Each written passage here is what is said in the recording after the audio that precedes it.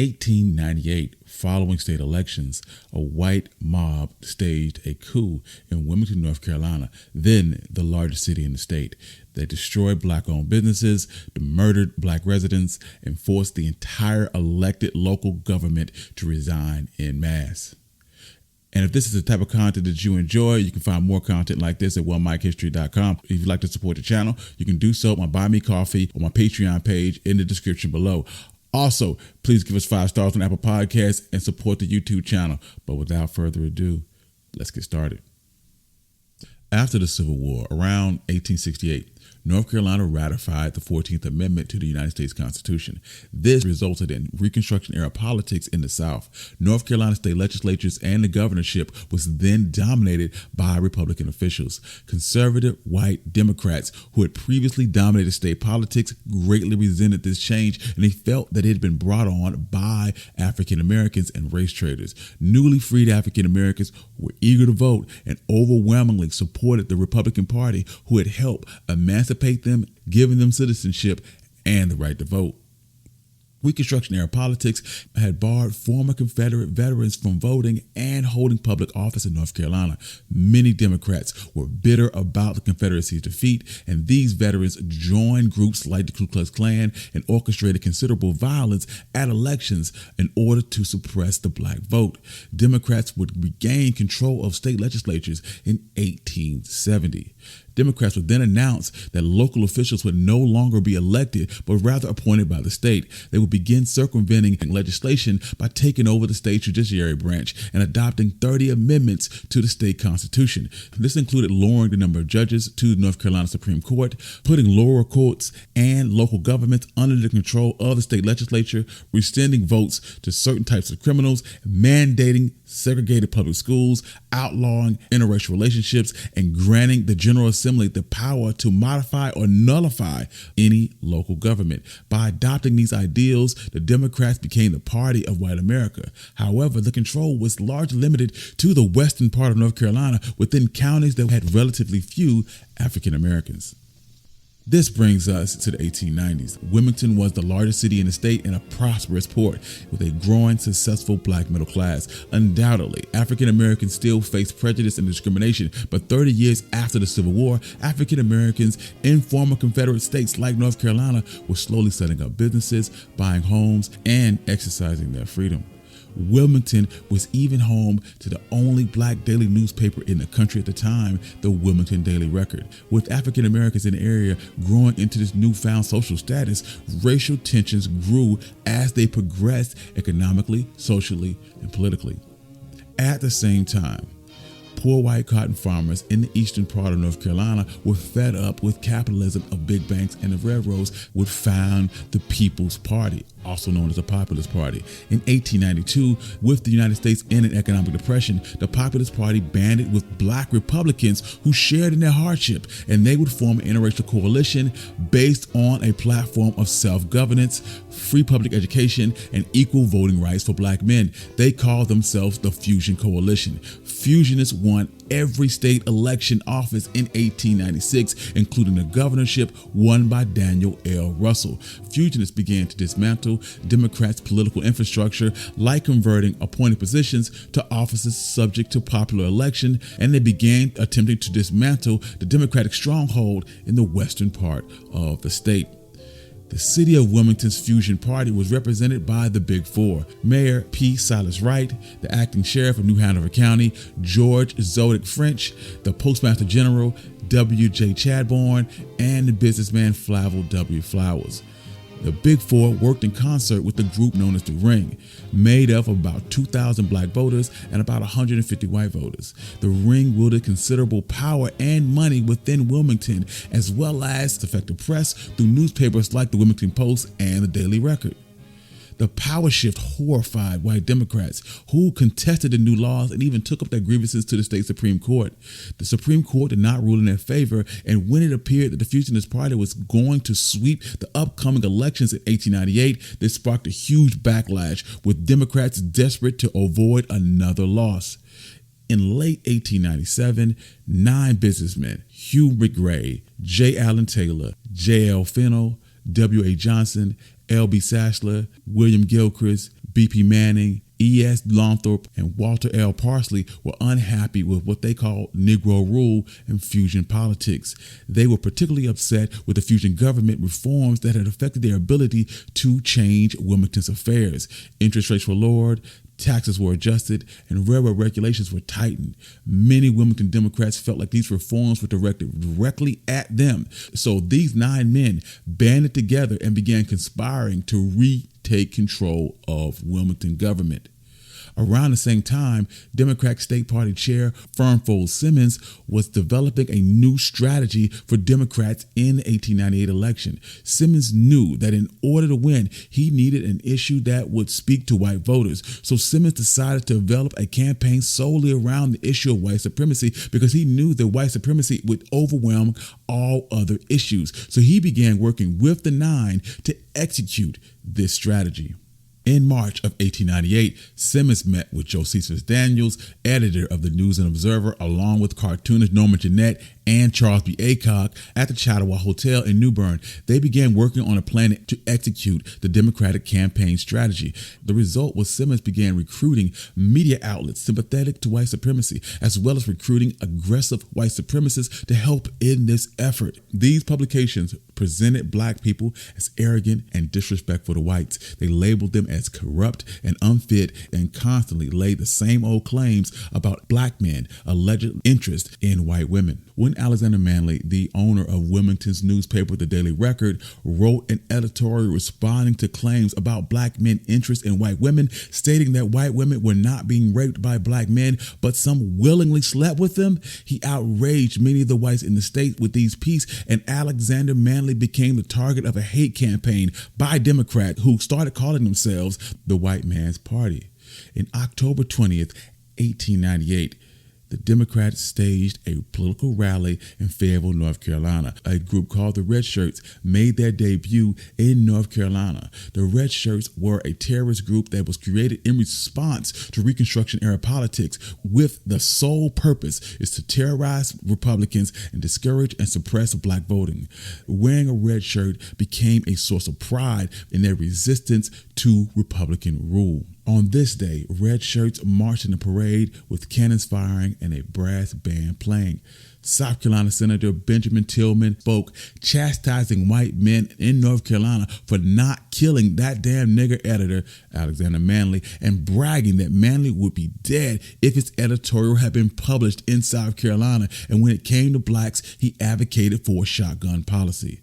On October 24th, a group of prominent Democrats packed into Thalen Hall where Alfred Waddell, who is a skilled speaker and a member of Wilmington's upper class, delivered a speech declaring that white supremacy was the only issue of importance to white men. He deemed that blacks were ignorant and rallied that the greatest crime ever perpetrated on modern society was investing in the Negro with the right of suffrage. He advocated punishing those for enabling black suffrage and closed with, "We will never surrender to a raggedy raffle of Negroes, even if we have to choke Cape Fear with their carcasses."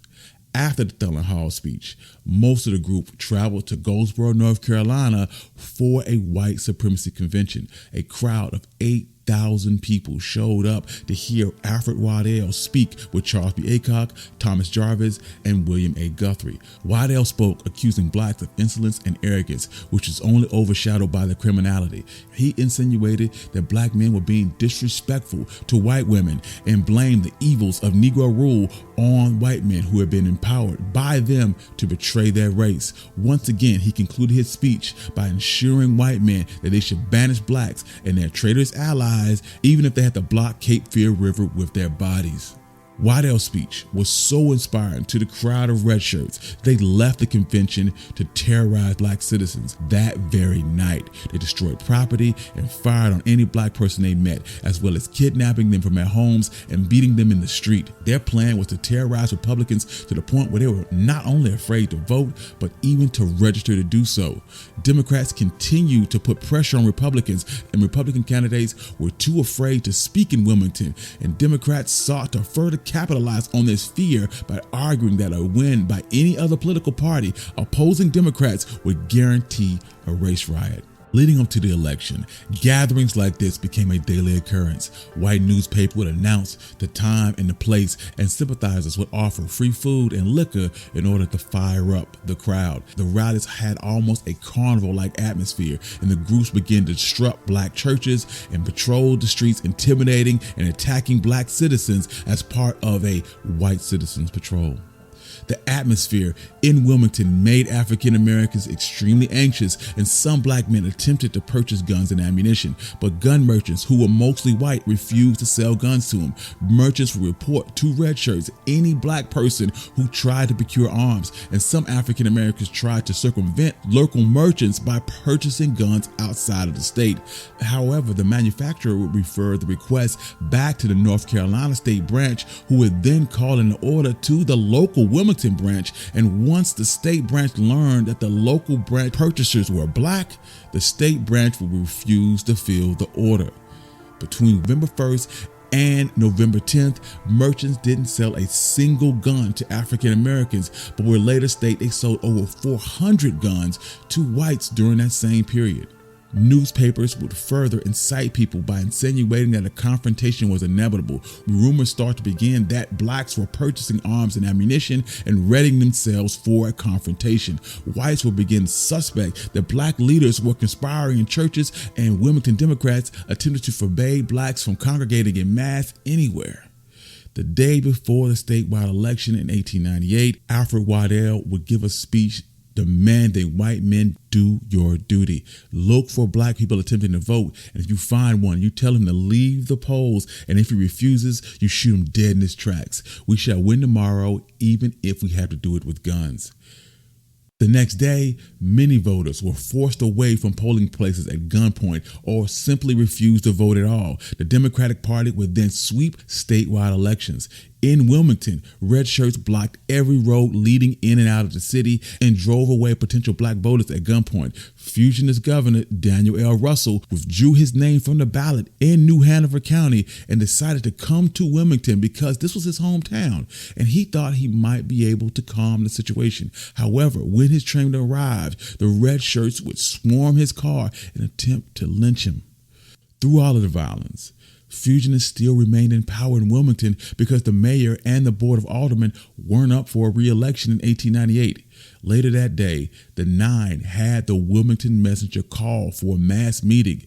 The paper called for all white men to meet at the courthouse the following morning for important business. In the morning of November 9th, the courthouse was packed with 600 men and other prominent Democrats. Alfred Waddell would read a copy of the White Declaration of Independence, asserting the supremacy of white men and proclaiming that the U.S. Constitution did not permit the enfranchisement of an ignorant population of the African origin. Never again will white men of New Hanover County permit black political participation, and that the Negro should stop antagonizing the interests in every way, especially at the ballot, and the city should give white men a large part of the employment they're hereafter given to Negroes. The group then gave Wilmington citizens 12 hours to comply. At 6 o'clock at the courthouse, Waddell summoned the Committee of Colored Citizens, a group of 32 prominent black citizens, and they told the CCC of their ultimatum, instructing them to direct the rest of the city's black citizens to fall in line. The black men attempted to reason with the group and pled with them that they could not control Alexander Manley or what any other black citizen would do. Waddell simply responded with, "The time for words had passed." Alexander Manley was made aware that the red shirts were going to attempt to lynch him later that night. A friend gave him $25 and told him the password to bypass the white guards at the Fullerton Bridge because red shirts were patrolling the trains and the steamboats.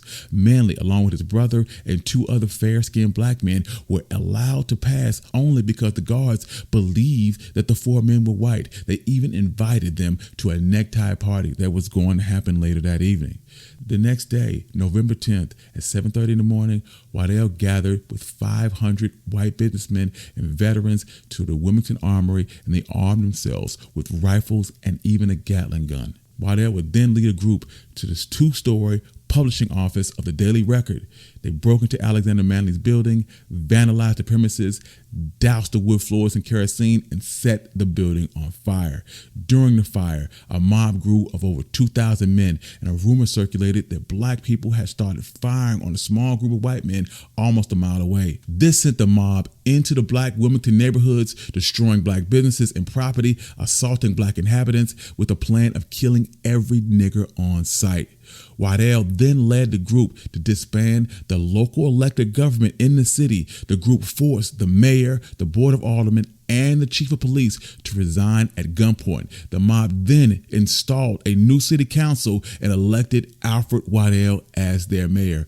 Once he was declared mayor, the nine gave Waddell a list of Republicans who were then banished from the city. The next morning, Waddell and Wilmington's light infantry marched members of that list out of Wilmington, put them on a train, headed north with instructions to take them to the state line. In the aftermath, within 2 years, Democrats once again dominated state legislatures. North Carolina had imposed new laws effectively stripping black people of their right to vote through a combination of literacy tests and poll taxes, as well as prohibiting blacks and whites from sitting together on trains, steamboats, courtrooms, and nearly every other aspect of public life was made separate for blacks and whites. The number of registered African-American voters dropped from 125,000 in 1896 to only 6,000 by 1902.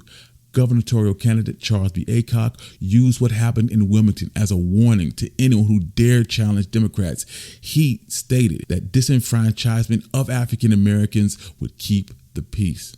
The Wilmington insurrection was the most successful coup in United States history. Its effects were felt well into the 20th century, with no black citizens serving in a public office in Wilmington until 1972, and no black citizen from North Carolina being elected to Congress until 1992. Even today, a lot of the people who participated and orchestrated the insurrection became immortalized with statues and buildings named after them. Charles B. Aycock became governor of North Carolina in 1901 and now has a statue of him that stands in the United States Capitol. Lastly, no one was ever prosecuted or punished for the violence or the death in the Wilmington insurrection of 1898. Thank you. I'm your host, Country Boy. This has been One Mic History. If you like more stories like this, you can find more stories like this at onemichistory.com. Also, if you want to support the channel, you can do so at my Buy Me Coffee or my Patreon page in the description below. Also, please give us 5 stars on Apple Podcasts and support the YouTube channel. Peace.